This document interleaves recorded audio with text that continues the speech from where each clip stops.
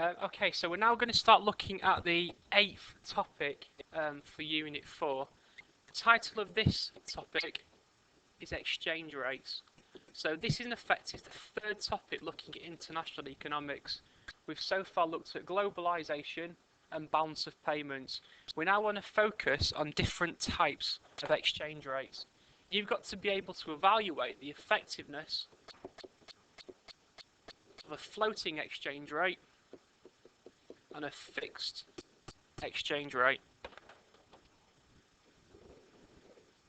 Now let's think what we mean by these different exchange rates first of all. A floating exchange rate is where the value of a currency is allowed to fluctuate.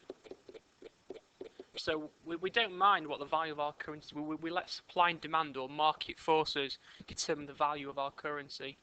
A fixed exchange rate is where government policy has a main target of maintaining the currency value. So the value of the currency is not allowed to fix. If market forces change the value of the currency, the government will intervene to maintain the value.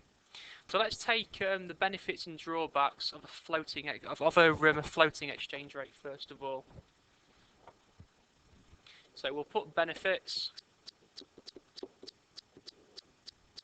and we'll put drawbacks.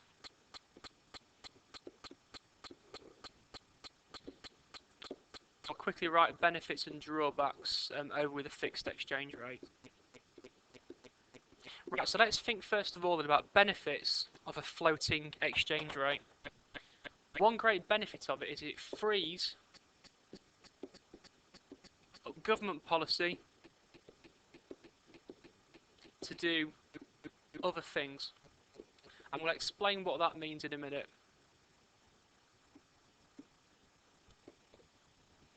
We've also got the benefit of not having to worry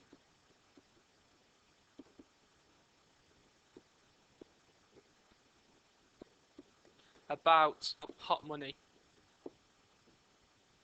And again, we'll explain the relevance of those in a minute. I'm going to link up these benefits of a floating exchange rate when we look at the drawbacks of a fixed exchange rate. Now, the problem with a floating exchange rate is it makes it very difficult for businesses to plan ahead. So what you have is uncertainty. If you're a business and you're selling things across the world, as exchange rates change, the price level you have to charge your customers across the world will change. So say for example we were selling a product to America for £10. If the exchange rate was £1 equals $1, the American person would pay $10 for the products.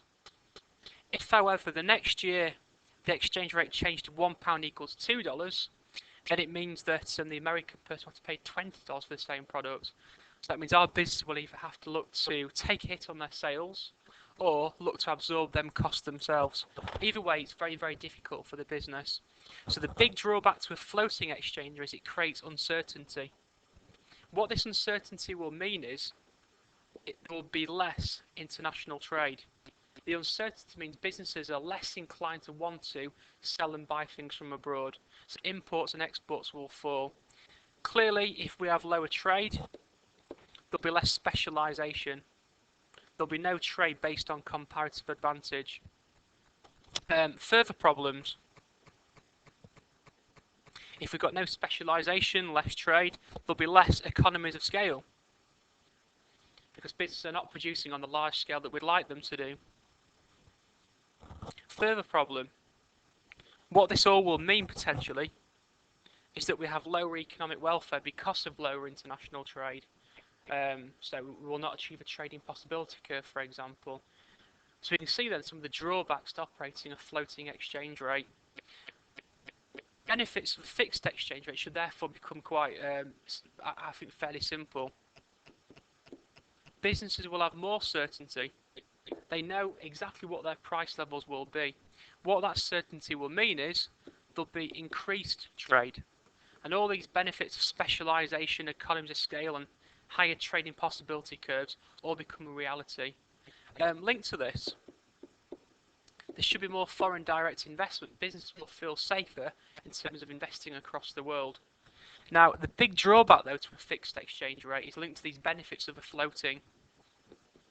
Government policy is now used solely to maintain the exchange rate.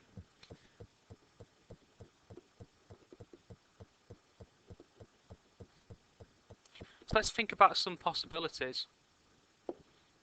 If a currency became overvalued, so let's imagine that we had £1 equal to $2. That was a fixed exchange rate level.